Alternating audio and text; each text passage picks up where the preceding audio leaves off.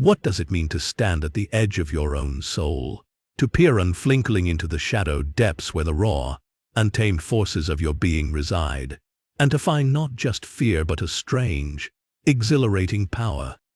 Welcome to True Freedom, where we embark on a profound journey into the enigmatic mind of Friedrich Nietzsche, a thinker whose words cut through the veneer of civilized existence like a blade, exposing the pulsating truths beneath. His haunting aphorism, "He who fights with monsters should look to it that he himself does not become a monster, and if you gaze long into an abyss, the abyss also gazes into you," stands as a cryptic lighthouse, guiding us toward the uncharted recesses of our psyche. This is not a mere intellectual diversion. It is a summons to wrestle with the very essence of our humanity, to question the fragile moral scaffolding that props up our lives, and to unearth the treasures or terrors that lie beyond the comforting illusions of good and evil. In this expansive exploration, we traverse the vast landscape of Nietzsche's life and works, with a particular focus on beyond good and evil, the crucible where this profound statement was forged. From his audacious critique of Platonic dualities to his reverent celebration of the pre-Socratic Greek spirit, Nietzsche beckons us to cast off the shackles of conventional morality and embrace the full spectrum of our existence, light and darkness alike. Here at True Freedom, we see philosophy not as a dry academic exercise but as a living, breathing force that illuminates the hidden corners of our minds, empowering us to cultivate resilience, sharpen our emotional intelligence, and forge a mindset unbound by societal norms. Whether you find solace in Stoicism's disciplined calm, Existentialism's liberating uncertainty, or the raw, unbridled energy of Nietzsche's vision, this journey offers insights to transform how you navigate the complexities of life. So, settle in perhaps with a cup of black coffee, as Nietzsche might have preferred, and join us as we venture into the abyss. What will you discover when the darkness gazes back? Your voice matters to us, so share your reflections in the comments, subscribe to join our quest for wisdom, and let's uncover the liberating truths that await us together. Friedrich Nietzsche, a towering figure whose intellectual shadow stretches across the centuries, bestowed upon us a phrase that reverberates with enigmatic potency: "He who fights with monsters should look to it that he himself does not become a monster. But if you gaze long into an abyss, the abyss also gazes into you." This aphorism, nestled within the intricate and challenging pages of Beyond Good and Evil, ranks among his most celebrated yet perplexing pronouncements. Its power lies in its elusive nature, vague enough to invite a kaleidoscope of interpretations, yet resonant with a depth that stirs the soul and demands contemplation. To the untrained ear, it might sound like a poetic flourish, the clever quip crafted for effect but lacking substance. Yet, Nietzsche himself cautions against such a shallow reading, offering us a key to unlock its meaning in Ex Homo, where he reflects on the art of aphorism, an aphorism properly coined and cast into its final mold is far from being deciphered as soon as it has been read. On the contrary, it is then that it first requires to be expounded. Ease begins our task, not to impose a definitive answer, but to peel back the layers of this cryptic declaration, drawing upon the breadth of Nietzsche's philosophical corpus to illuminate its profound implications. This journey will plunge us into the shadowed corners of the human spirit, a descent into realms uncharted, a pilgrimage into the very abyss itself. Beyond Good and Evil, the work that cradles this aphorism, is a text renowned for its complexity and its refusal to conform to conventional philosophical norms.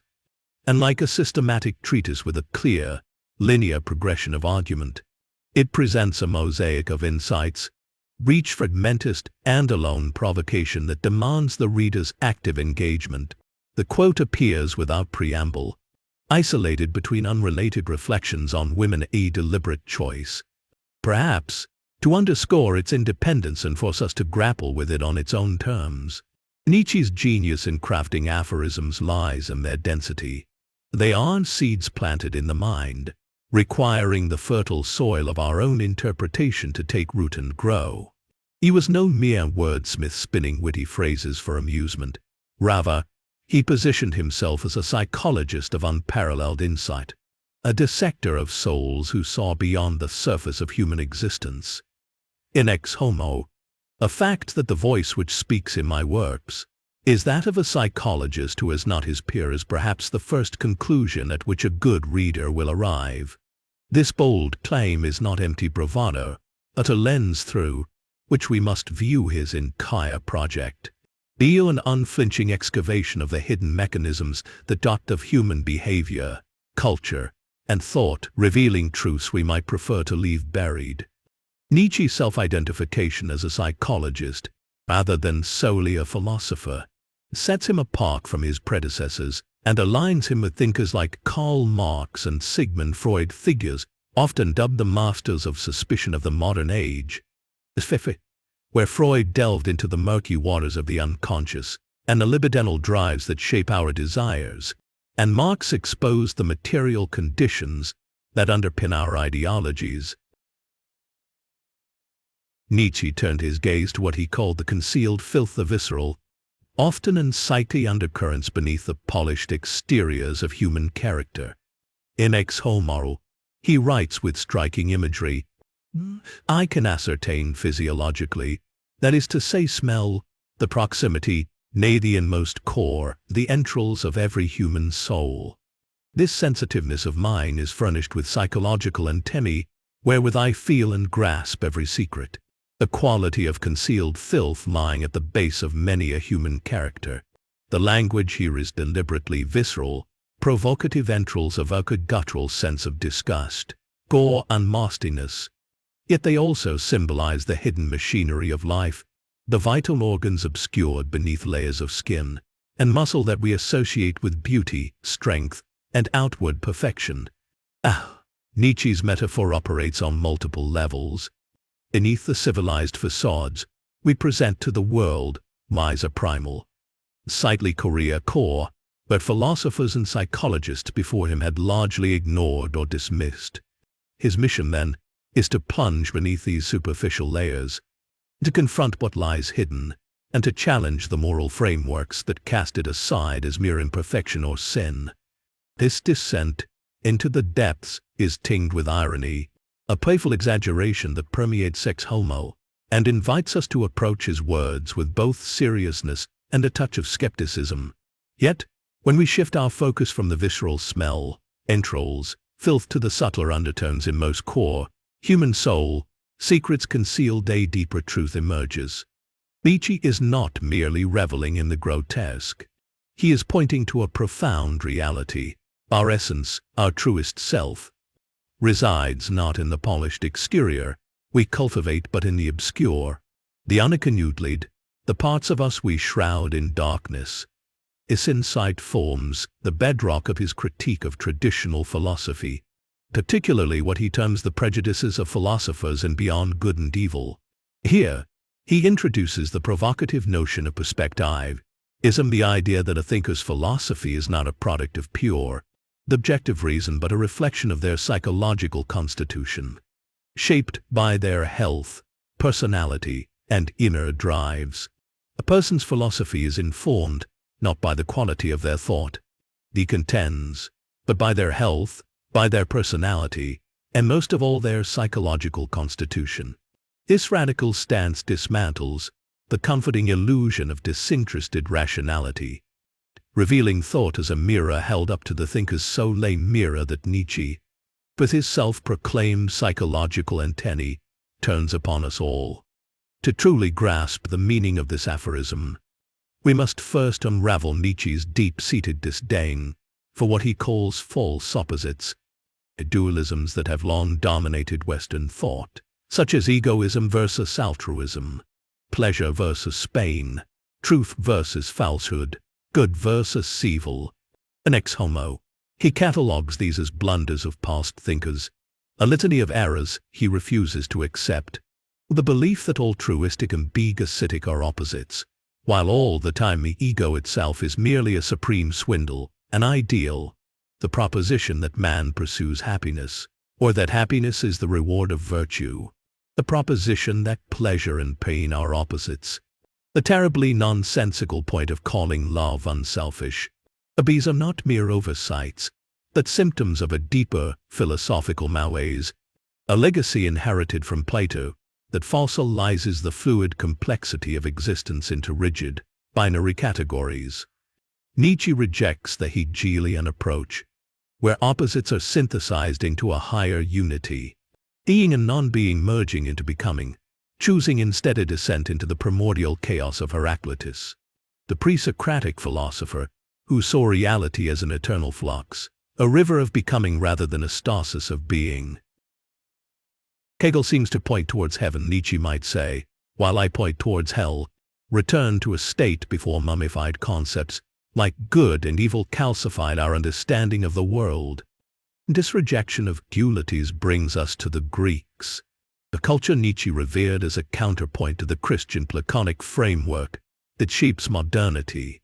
Consider Odysseus, the wily protagonist of Homer's Odyssey, in contrast to Achilles, the Iliad's embodiment of martial glory, a demigod driven by rage, courage, but a thirst for vengeance. Odysseus triumphs through cunning and deception. He tricks Polyphemus the Cyclops by blinding him in his sleep, and escaping beneath a flock of sheep, he devises the Trojan horse, ending the Trojan War, not through noble combat, but through a subterfuge that exploits the Trojans' hubris. To modern sensibilities, molded by Roman ideals of honor or Christian notions of virtue, such actions smack of cowardice, unworthy of emulation. In Virgil's Aeneid, Odysseus is portrayed as deceitful, cruel, and sly villain to the Romans, who saw themselves as descendants of Aeneas, a Trojan prince. Dante, in his Inferno, consigns Odysseus to the eighth circle of hell, the realm of fraud, where he burns eternally for his role in the Trojan horse deception. Even in the Middle Ages, this trickster was no role model. His guile clashed with the chivalric code of fair combat and honesty. Yet, the Greeks held Odysseus in high esteem, a hero whose wit and resourcefulness were virtues to be celebrated. In Plato's Lesser Hippias, Socrates engages a sophist in a debate over whether Odysseus or Achilles is the greater Homeric hero, leaving the question unresolved, a testament to the ambiguity even in their own philosophical tradition. Why this admiration for a figure who wins through tricks rather than strength? Nietzsche saw in the pre-Socratic Greeks a mindset untainted by the moral dualities that Plato would later impose. To them, appearance and reality were not distinct. There was no stark line separating truth from falsehood, honor from deceit.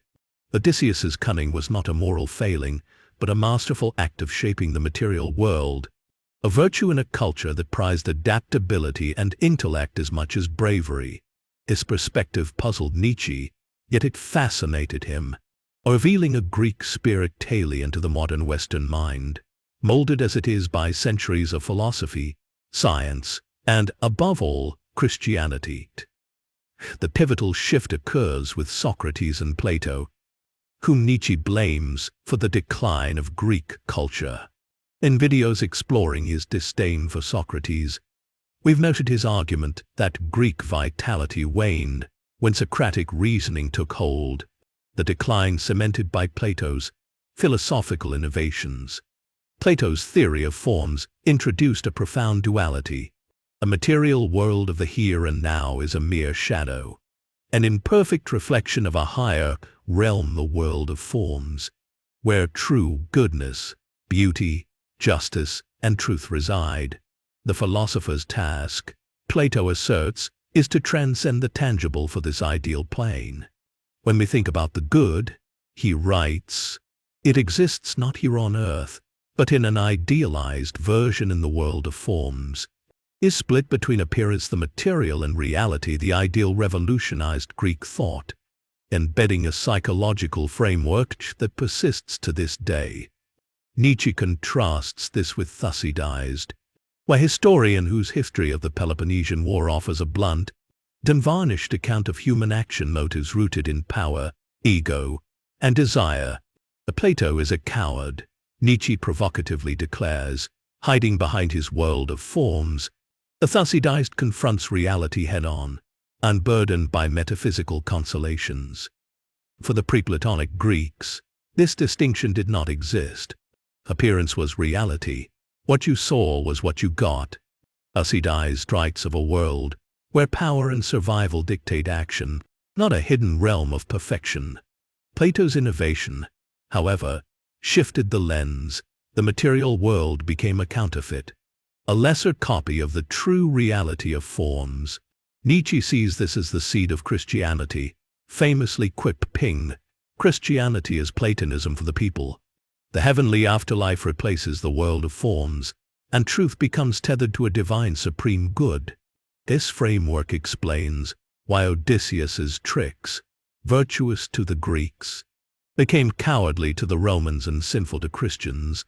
Plato's legacy redefined truth as an eternal ideal, falsehood as its antithesis, and morality as a quest for alignment with the good. In Daybreak, Nietzsche celebrates this pre-Platonic Greek ideal. What did the Greeks admire in Odysseus? Above all, his capacity for lying and for cunning and terrible retribution. His being equal to contingencies, when need be appearing nobler than the noblest. The ability to be whatever he chose. Heroic perseverance, having all means at his command. Possession of intellect. His intellect is the admiration of the gods. They smile when they think of it. Truthfully, he adds, the antithesis of appearance and being is not felt at all, and is thus of no significance morally. For the Greeks, lying was not a sin against an unseen truth, but a tool to shape reality, a mindset that requires a seismic shift for us in the 21st century, steeped as we are in Platonic and Christian assumptions. This shift is essential to understanding Nietzsche's aphorism, for it roots his critique in a rejection of the binaries that Plato bequeathed us. Nietzsche's war on false opposites is a recurring theme across his works, most explicitly in Beyond Good and Evil. He questions, granted that we want the truth, why not rather in truth? And uncertainty, even ignorance. This is no idle provocation but a challenge to the Platonic assumption that truth is inherently superior. A prejudice so ingrained we rarely question it. A fundamental belief of metaphysicians is the belief and antithesis of values, he writes. It never occurred even to the warriest of them to doubt here on the very threshold, where doubt, however, was most necessary. Though they had made a solemn vow, de omnibus dubit, and done to doubt everything. With the death of God, the scaffolding of these opposites collapses, tossing us to confront a forbidden question. What if truth and falsehood, good and evil, are not adversaries but intertwined? In spite of all the value which may belong to the true, the positive, or the unselfish, Nietzsche muses, it might be possible that a higher and more fundamental value for life generally should be assigned to pretense, to the will to delusion, to selfishness, to cupidity, perhaps even in being essentially identical with them. This is the abysse realm, where the virtues we exalt are knotted with their supposed shadows, a unity that defies our moral instincts. This vision propels Nietzsche toward a psychology of the future, one unshackled from moral binaries and attuned to the soul's entrails. The drives of cruelty, power, and selfishness we bury beneath platitudes. In the joyful science, he ties power to cruelty. We exercise our power over others by doing them good, or by doing them ill, for pain is a far more sensitive means for that purpose than pleasure. Even if we do good to others, we only do so because it heightens our own feeling of power. Altruism, he argues, masks a thirst for dominance, helping others to affirm our superiority, to whisper, "You exist because of me." This unmasking extends even to the philosopher, whose pursuit of truth is a bid for power, he who feels that he is in possession of truth. How many possessions does he not let go in order to preserve this feeling? What does he not throw overboard in order to keep himself up, that is to say, above the others who lack the truth? A will to power, later formalized as a central tenet, posits power as life's essence, sometimes eclipsing survival itself. In martyrdom, for instance, we stake our lives for the sake of our church. We sacrifice not to virtue, but to our longing for potency.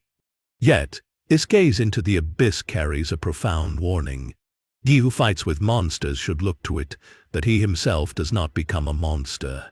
To confront our darkness, cruelty, envy, greed is to risk being consumed by it. Nietzsche's call to become more evil, in Thus Spoke Zarathustra, is not a license for chaos, but a plea to integrate these drives into a fuller humanity. Man must become better and eviler, Zarathustra proclaims, for evil is man's best force. The evil lest is necessary for the superman's best. This is no celebration of vice, but a recognition that life thrives on tension, good and evil as partners, not foes. In Twilight of the Idols, he critiques the improvers of mankind who seek to tame our wildness, likening it to domesticating a wolf into a pug. The tamed man whom the priest has improved is converted into a sick animal. The Catholic Church, he argues, weakened humanity by excising its vitality, leaving us diminished rather than enhanced. True power, Nietzsche insists, lies not in indulgence or suppression but in mastery over these drives. The greatest measure of power is the capacity to resist urges. He suggests an ability akin to chemical elements that refuse to react, to fight the monster within using monstrous means, succumbing to every impulse or brutally excising them. Is weakness a surrender to the abyss? Strength is to gaze into its depths, to grasp its darkness with eagle's eyes and talons, and to emerge, not as a monster, but as something greater, the Übermensch, a being who transcends morality's confines to affirm life in its entirety. This is the delicate balance Nietzsche urges us to strike, to reckon with our shadows without letting them define us, to harness their energy without losing our humanity. Nietzsche's aphorism is a mirror held to the depths of our being, reflecting not just the light we wish to project, but the shadows we dare not acknowledge. At True Freedom, we embrace his audacious challenge, to peer into the abyss, to wrestle with the monster within, and to emerge not consumed but enriched. Step closer to the Übermensch, that ideal of human potential and bound by convention. His vision shatters the illusions of good and evil, urging us to integrate our darkness with courage and restraint, forging a life of vitality, authenticity, and power. What do you see when the abyss gazes back? Share your reflections below. Like this exploration. Subscribe to join our philosophical journey. Next, Tulina, Charlotte, and Elijah unpack Nietzsche's legacy in a discussion, airing right after your insights could ignite the conversation. Together, let's pursue the freedom to become more than we are, to live fully in the radiant chaos of existence. All right, let's dive into some Nietzsche today. Okay. We've got excerpts from this piece called Nietzsche, Gazing into the Abyss Without Becoming a Monster.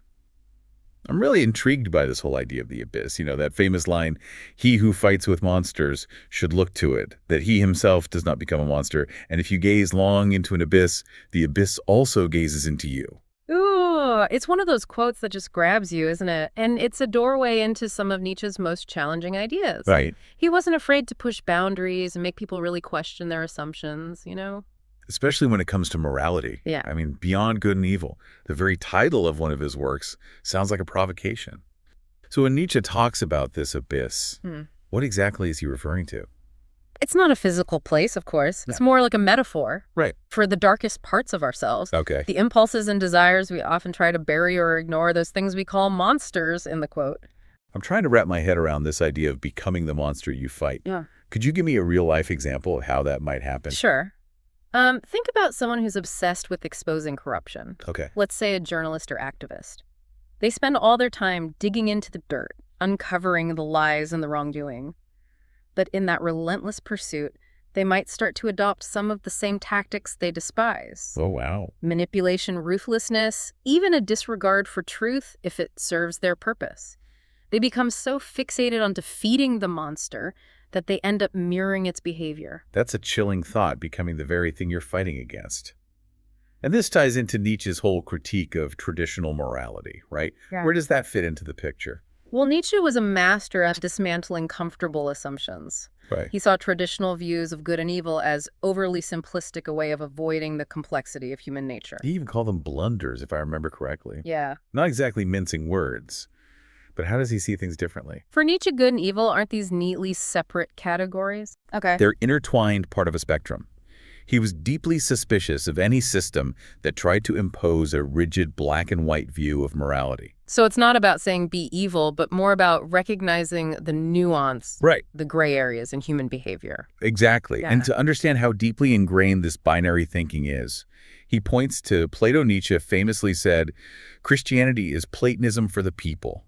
It's a bold statement, but it highlights how this dualistic worldview has permeated Western thought. Okay, I remember learning about Plato's forms in college, but I'm a little fuzzy on the details. Could you remind me how that connects to what we're talking about? Sure. The key idea is that for Plato, the physical world we experience is just a flawed copy of a perfect eternal realm of forms.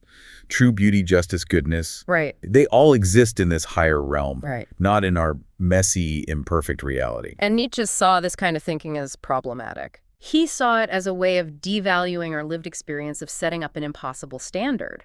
It creates this sharp division between the ideal and the real, with the implication that our earthly desires and imperfections are somehow inherently bad or sinful. So he's challenging this whole framework that tells us to deny or suppress parts of ourselves. Precisely. To illustrate this point, he brings up a fascinating example from the ancient Greeks.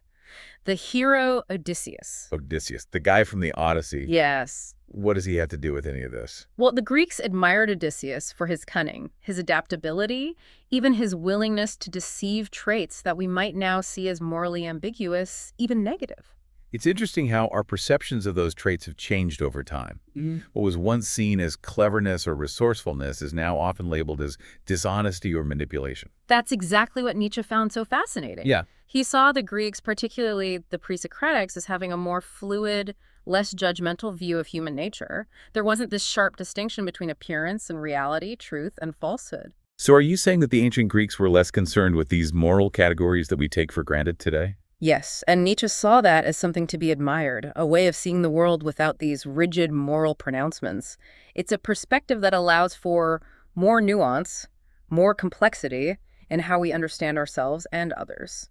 It's given me a lot to think about. Mm. It seems like Nietzsche is challenging us to question those deeply ingrained beliefs about good and evil, to look beyond those simplistic categories and confront the messy reality of what it means to be human.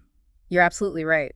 And understanding that messiness, embracing the fullness of our being, is a key part of what he called the will to power. Okay, here's where I get a little lost.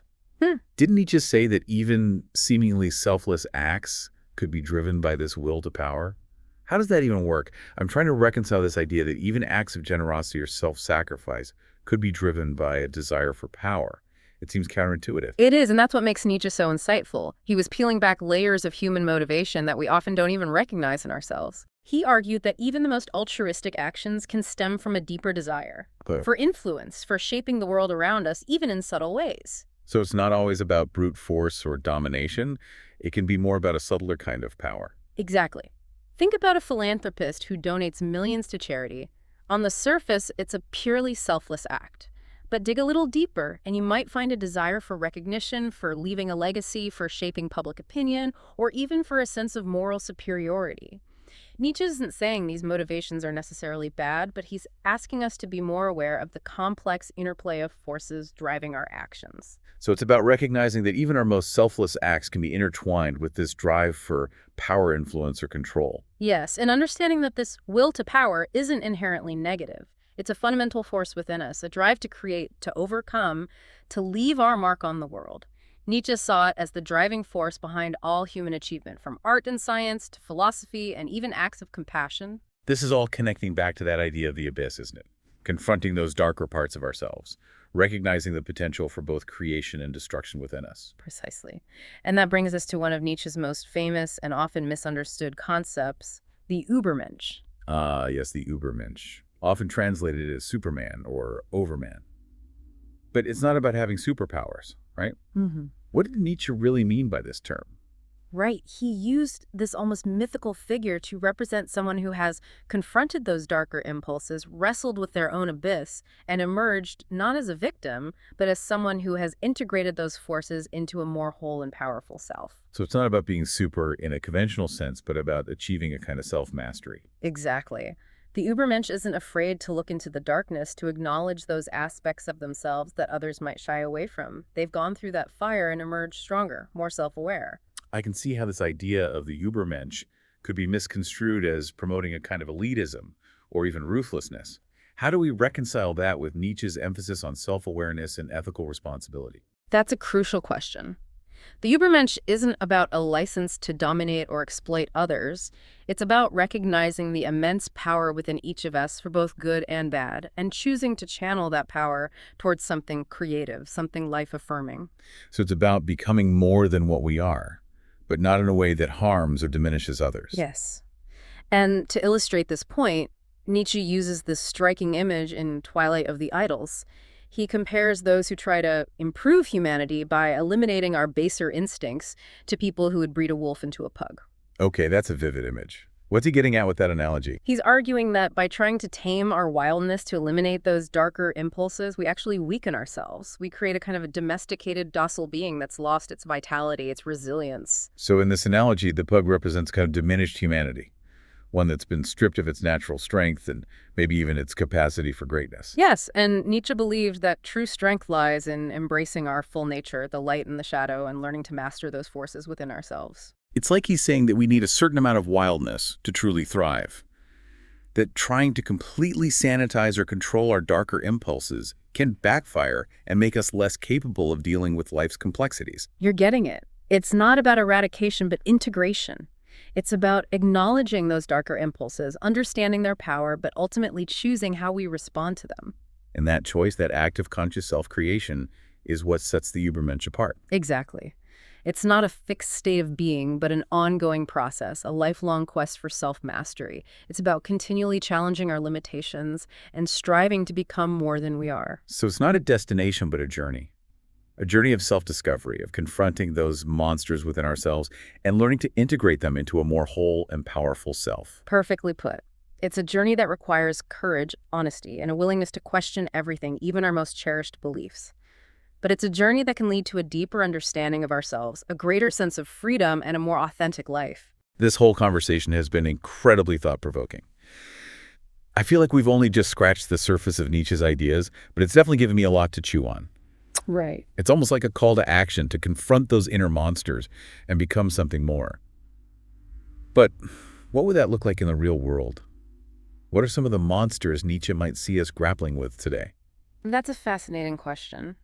I think Nietzsche would be particularly interested in the monsters we create through our technology, our ideologies, and even our relentless pursuit of progress. Okay, I'm intrigued.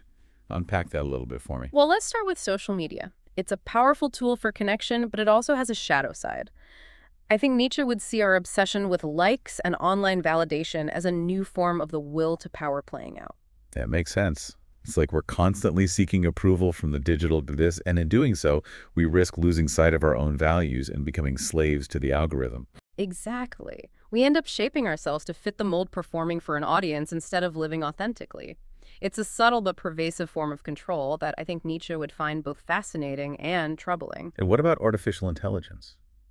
Nietzsche was deeply skeptical of any system that claimed to offer easy answers or absolute truths.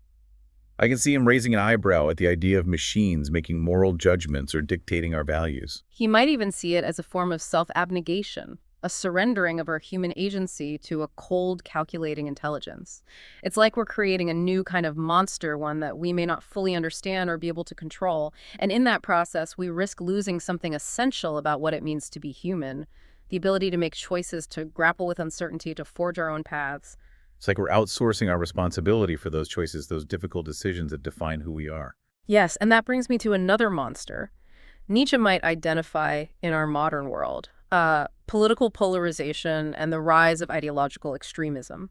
He was a fierce critic of herd mentality, of the tendency to blindly follow ideologies without questioning their underlying assumptions. I can see him shaking his head at the echo chambers we've created online, these spaces where people only encounter information that confirms their existing beliefs. Exactly. It's a recipe for intolerance, for demonizing those who hold different views, and ultimately for undermining the very possibility of genuine dialogue and understanding.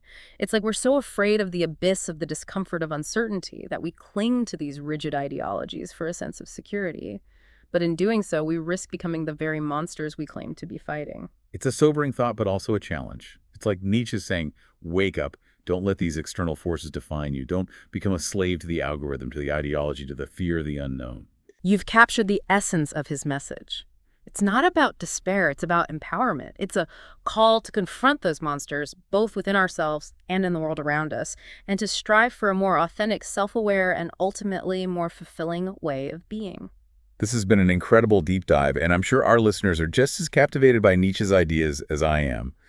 Thank you for sharing your insights and helping us unpack these complex and challenging concepts. It's been a pleasure. And to our listeners, keep questioning, keep exploring, and keep striving to become the best versions of yourselves.